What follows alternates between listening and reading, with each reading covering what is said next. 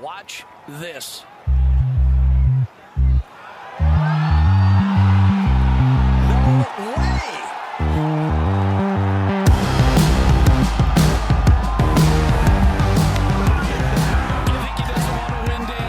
Hello and welcome back to another episode of the Cookie Jar Golf Podcast. Guys, welcome. Thank you for joining us. Tom, come on, that's pith. Keep going. Tom is joining me today, and we've got a special guest for this evening's episode, Bruce Fitzpatrick. Bruce, welcome to the pod. Sorry, that's a terrible joke. Are you trying to take a dig at the fact that I gallivanted off to play 18 holes of golf today at Ely just because I couldn't watch another pro stripe an iron off Chris Patel without wanting to go in? We need to be pithy here, boys, so we're going to be really quick. Hang on, since being in St Andrews, how many holes of golf have you played? 36. Plus 9? 54. No. You played Castle and... No, that doesn't count. It doesn't count as a hole of golf. Did you play Sunday? You did, didn't you? Sorry, so you played 72 holes. Interrogation. I don't know if anyone wants to hear this. More importantly, we are on the eve of the 150th Open Championship being played at the home of golf at St Andrews. I mean, it feels like we're just three extremely excited kids in a candy shop. Can we just talk about the course then for a minute? Let's just perv out on course architecture and conditioning for the condition of that minutes. Course is a joke. Yeah. I think it's the first time we've ever seen a golf course where they've lost the fairways before the tournament began. No, they are like absolutely not. Weetabix. No, I'm joking. They are like Weetabix. So fast. They are rock hard and very, very quick. But so they've not lost them. If anything, they've won. found them. They've found them. They've won here. Yeah, but it's you two boys have been busy bumblebees. You did a podcast this afternoon with Eric Anders Lang, which will be coming to a pod near you soon. And while you were doing that, I thought I'd go for a course walk. So I went onto the course and wandered about a bit, ostensibly to take pictures of silly people that are stood on the 18th or having selfies, which is weird because how many people have selfies in the middle of the fairway on an eve of a major? It's mind-boggling that's okay, but it is because we're in St Andrews, public park, essentially. But I can tell you from walking around, the R&A released the Clegg on the greens that it's firm. It's 148. It's firm, and it feels just to for me, reference. Clegg is everything, isn't it? I mean, that's extreme firmness. So it's quite important that we just contextualise. So for context, 2019, I believe, Portrush Clegged at 119.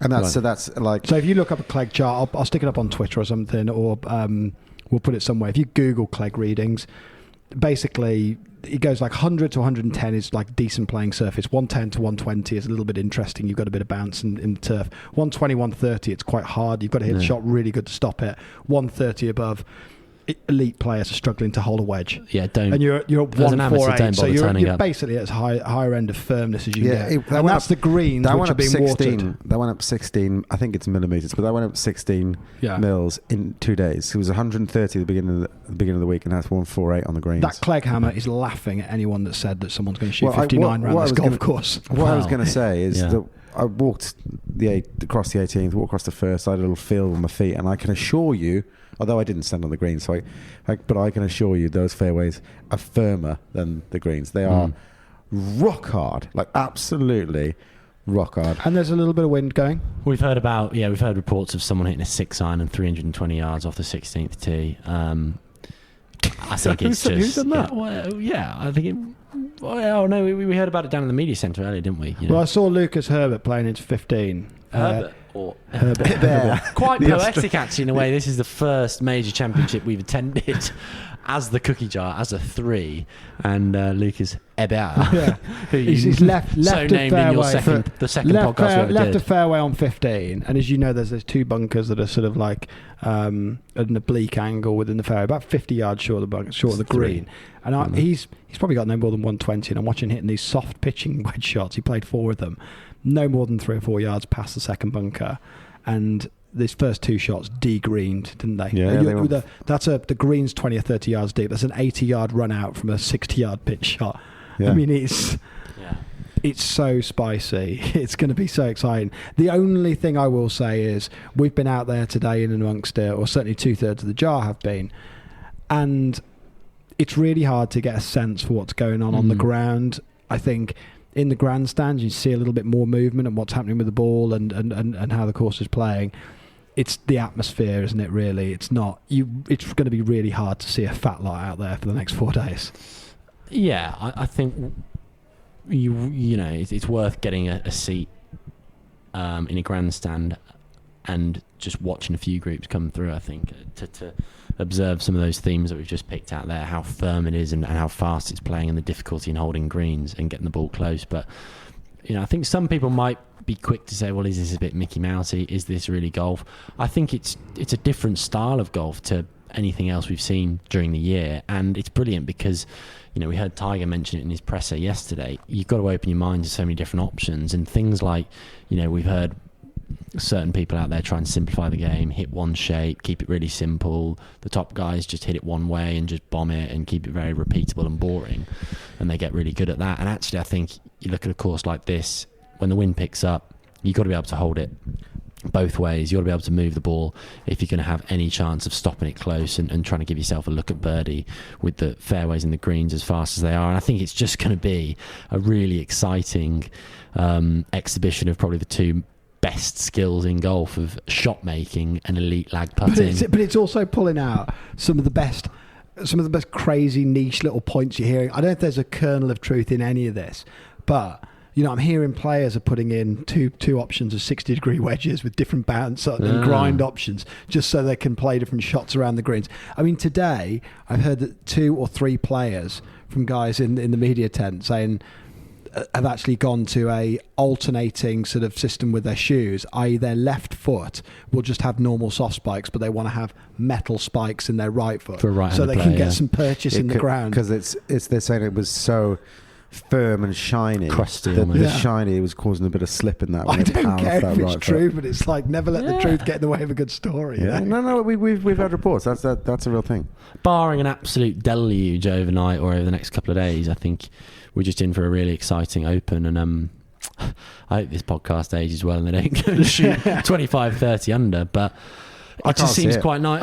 It just seems really exciting and really poetic in a way that this is the 150th Open Championship. We've got weather that probably brings out some of the best aspects of this golf course. There's always a huge amount of faith in the weather kind of cooperating for the Open week, and touch wood, it looks like we could have a really, really exciting championship on our hands because of it. So we've got a few predictions for day one only. No, hang on, before we go off course, because I've got a bit from Morikawa's presser that I just wanted to discuss with you boys. It came out of the press conference. I'm still trying to figure out hole 12. I have no idea what to do. No idea at all. I don't know what I'm going to do. I can tell you 15 different ways to play it, and they could all be wrong. Yeah. Well, at 6, I think at about 7:10 this morning. So bear in mind, there's still a sort of hint of moisture on the fairways and everything still from overnight and the dew and whatnot. Watched Rory hit what looked to be a stock or even a 3-finger driver, and he was pin high on the 12th. Yeah. That's going to be. They will all drive the 12th. That's interesting. What, slightly puffing into? Yeah, there was maybe a smidge against. Yeah, that's yeah. He didn't look like he really launched at it. Yeah. But obviously there's so much run. I mean, if you can just play chicken with the bunkers, you they've cleared out a little bit of gorse to the left, on the left, which was always where the big hazard. Casey's undoing. But even still, I mean, as Morikawa points out, and particularly with how much run there is on the ball, the idea of just trying to caress like a high floaty iron up the you just don't want to do it, and because the higher the ball goes, the more it can get the more it risks the bounce and where it can go. No, actually. I think you're going to stop it better with land angle. I mean, I think some of the high ball hitters, silly as it sounds for a links course, probably going to be able to control it a little bit better where it is really baked and the wind's not too much of a factor. But on a hole like 12, if you do just try and take an iron up the right, you're going to be going into the semi or first cut of rough, and with those fescue grasses, I just don't see how you're going to have any control on the ball when you're going into a green like 12. So I'm really keen to get out there and just watch some of it. And I know we've said that some of the viewing angles aren't the best. I think we should head to the grandstand. I think you want to get up tomorrow morning and just watch some. If we get out early and head to the grandstand on 11, sit up there. You've got. For me, that's the most exciting corner. Live on air. Like all of our fans would be flooding it. They won't be able to fill the. They must get any more people in the stand. I think the RNA have already taken care of the occupancy in the stands. I don't think it really matters what the jar do. But I think that's an exciting corner of the course. That's interesting what Mark Harris says. I think there's probably quite a few holes where they're going to have to rely on feel and intuition. But it's great. It's exactly how it should be. When people were playing with Hickory golf clubs over 100 years ago, the course wouldn't need to be performing at this level of firmness to incorporate this level of decision making and thought and precision around angles and where they play to. So in many ways, the weather has kind of wound the clock back 100 years because it's not nullified the technology, but it has meant that now the distance it's going with the technology, it's a bit of an equaliser against all of that. You know what I mean? So yeah, we're going to see some 400-yard drives. Could we maybe look at a few predictions for day one then? I don't want to pour cold water on what we have just said, but just in the interest of hedging our bets somewhat, there is a forecast for a little bit of rain. Quite how much, I'm not really sure. We did get a bit of a downpour. You don't need to hedge your bets if someone shoots 59. No one's going to take your No. I just think in terms this. of how it's going to play. Like we had about a 3-minute downpour earlier, which did half of Sweet FA, I think, to the course and the firmness. And there might be a little bit tomorrow and Friday, but it doesn't seem to be like it's going to affect it too much. In terms of picks, I'm just thinking day one here, so I don't know, round one leader. It's Charlie Hoffman. What hole are we going to see an absolute blow up on? Do you think are we going to see an amateur storm away with this? No, are we going to see someone rolling back the years? Is there going to be one of the old boys that all of a sudden doesn't have the distance that all of a sudden might have? I don't know. Let's confront it head on. Tiger. Do you think Tiger is going to go the Hoylake 2007? I'm going to put it out there. Tiger's going to shoot 2 under tomorrow or better. Do you think he's just going to go irons everywhere, just outthink everybody? I just think Tiger's just got a level of IQ that the rest of the field just frankly don't when it comes to playing this golf course. I think he's 80-1. You know, it's quite interesting how he kept so much close to his chest when probed about the golf course on the lead up to this, and I think he genuinely thinks that he's holding on to quite a bit of good information about it, and therefore he's got an edge there. Yeah, and reports are looking quite fresh. All of a sudden, didn't look so good. Maybe Sunday, maybe he's had a bit of a cold, feeling a bit rough from maybe some travelling or some last few events, but. I'm going to put it out there. Maybe it's heart over head, 2 under or better for Tiger tomorrow morning. I'd love to see that. I mean, I'd love to see it. I think he can. I think Tiger will be whatever the score is. I think he'll be around the top. Certainly tomorrow. The thing about Tiger is going to be the stamina. Like, can he do this for 4 days? We've seen him play well in the majors that he's played. Like he's doing it well. Yeah, we've seen him play well in the majors he's played too. He's always made the cut. It's not like he's an idiot. He's done some hard walks. Like it's been tough for him to do that. This is an easier walk. It's still not super easy. It's firm underfoot, like we've been talking about. So it's not the easiest walk. But I think that he'll pat it round. I think he'll outthink everybody. He'll be more patient than other people, and I think he'll be somewhere around there. I do think it. My only slight concern is just, has he still got the touch around some of those delicate wedge shots, and particularly with the putter? There's been a few rounds where I think he was going quite well at the Masters and then had like 45 putts in the third round or something, and he's great. One of his greatest assets around here was his lag putting, which was just of a different order. I think that's a skill you're born with. I think the lag putting, but part of lag putting, I'm a good lag putter. Part of lag putting is not just the first putt though, but it's like tidying up those 3, 4, 5, 6, 8 footers. That's not lag putting. That's holing out. Well, no, but you're going to by definition be leaving yourself some of those from if you've got 60-foot putts or 100-foot putts, which you can do on some of these greens. So, yeah, I think there's maybe a slight question mark over that, but yeah, I'm with you guys. I think we'd all love to see him in the mix. I'm curious to know if Mr. Popular, who played in the middle of the practice round today on his own, surrounded by 4 balls, has benefited from the experience at all. And by that you're referring talking to Patrick Reed, who was out in his 1-ball self in the middle of what looked like some really nice jovial 4 balls. It's actually quite sad watching him walk down 16 today. He cut a bit of a lonely figure down there. Ironically enough, he's somebody who would be a really, really good shout to go quite well tomorrow. He's got a blisteringly hot short game. Yeah, his short game's pretty elite, isn't it? He's a really tidy player. Max Homer says Patrick Reed's short game's pretty outrageous. So. Yeah, exactly. So, and that, I suppose, the only other sort of pick on this I'd throw in would be Lowry as well. The most artisanal hands in the business. Artistic, yeah.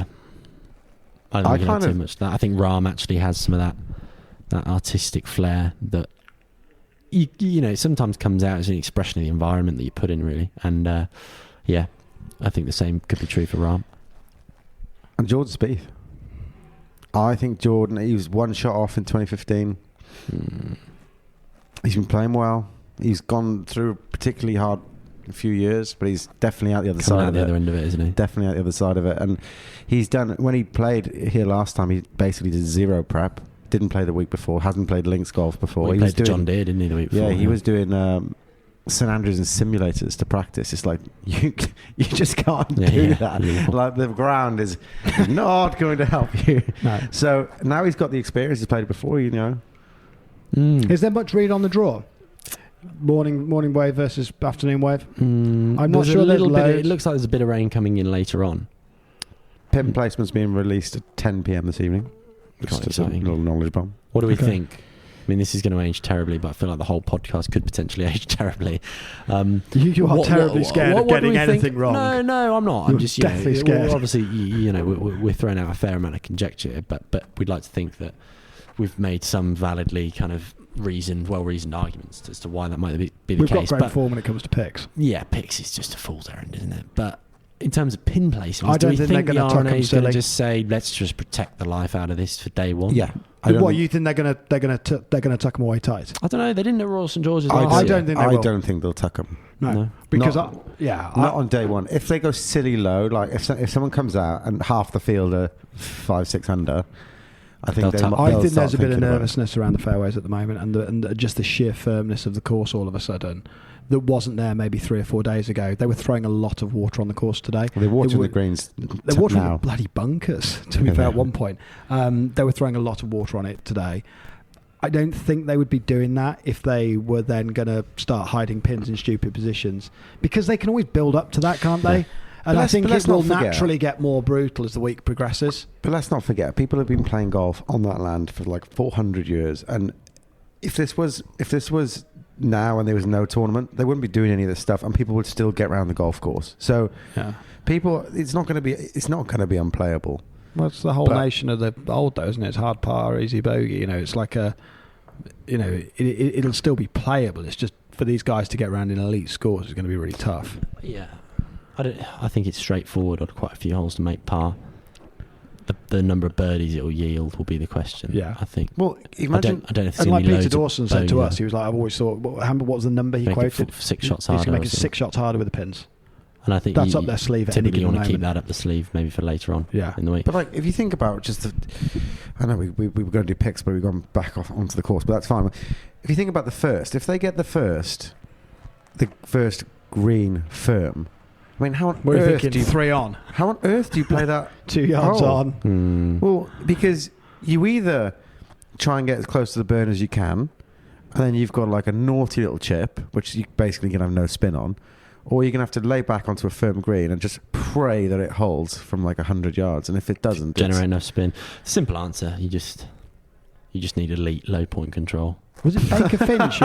Baker Finch who played into the first and they only hosed half the green or something? They just revved back into the boot. And if he was moved like 3 feet further, the thing would have just decreased. They left the hose on That's overnight. The kind of stuff I'm all in on. Yes. Like, I think we could really nullify this Open Championship with just watered sheer half chance. The greens, But you wouldn't know where. Like, someone comes out at night like a ninja and like does it in a checkerboard style. Yeah, to be fair, sopping wet squares of Squid course. Games. We're looking out the window at the RNA clubhouse. Like, we could go out there with probably a hose pipe from here and just leave one on.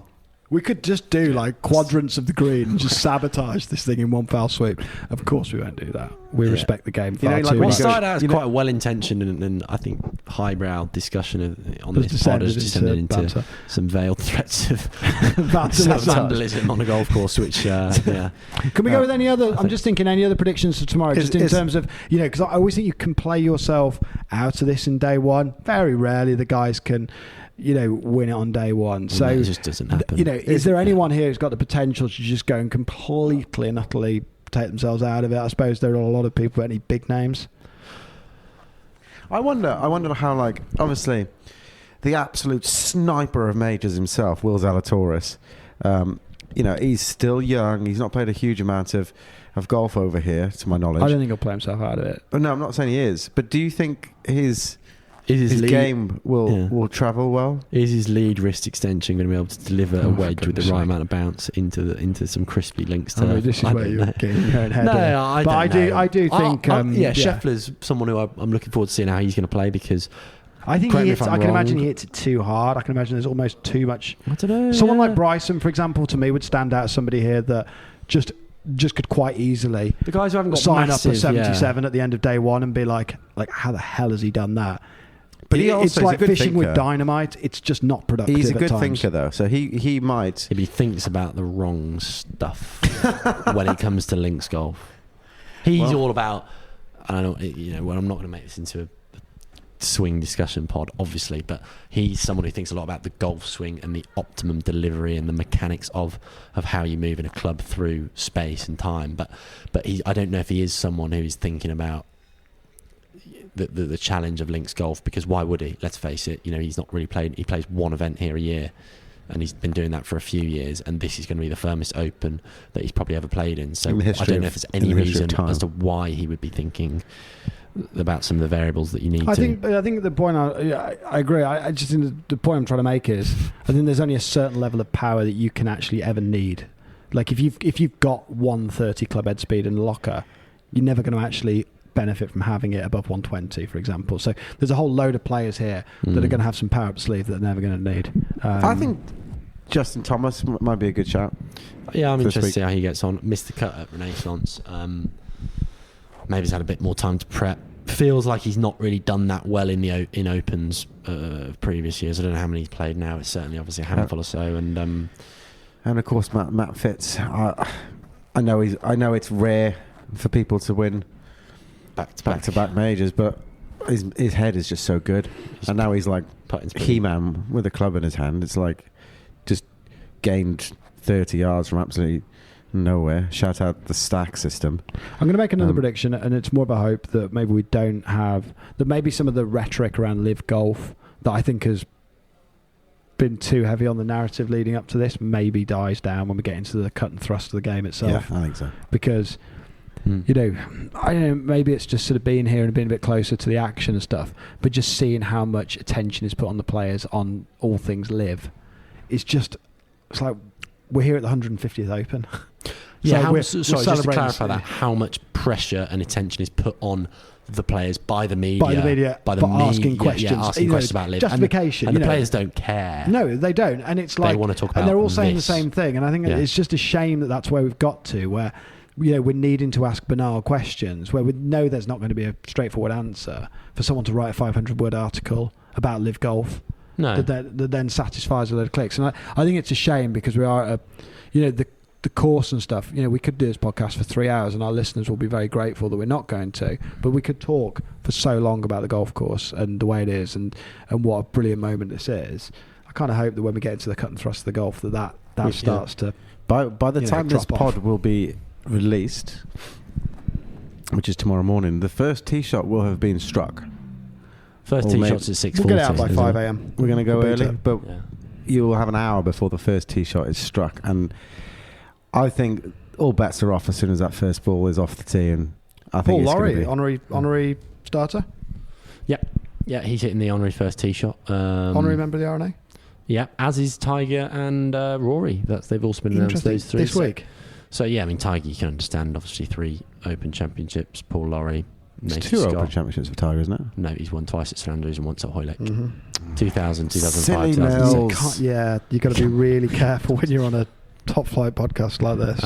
Rory's an interesting one, having just won the Open in Hoylake, but I think huge ambassador for the game. Interesting timing with it all, but read into that for another discussion. Mindful of my previous point.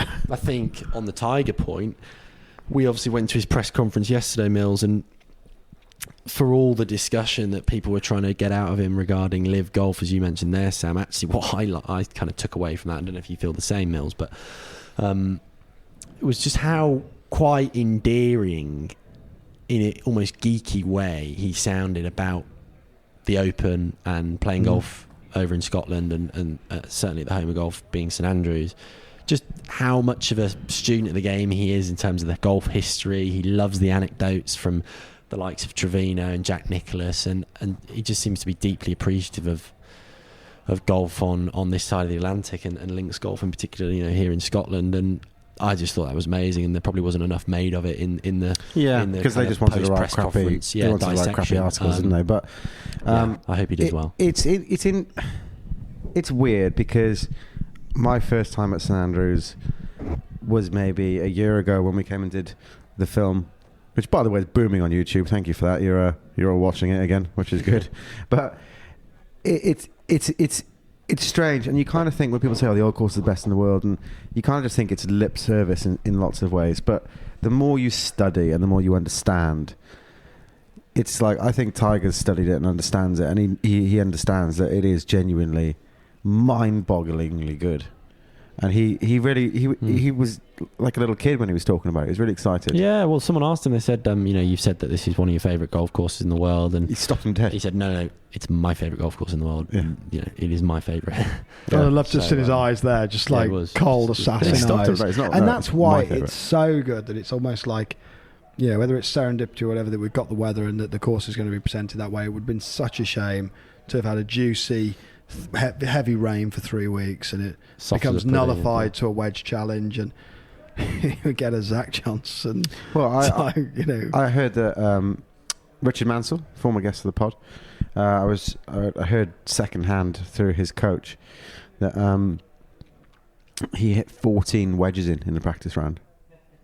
Yeah, I mean that'll he got help. a putter on it from 100 yards on the 18th and knocked on the green. Yeah. Did he? From 100 yards. Yeah. So. But this was I got told that yesterday, so this would have been the round before. But yeah, 14 wedges.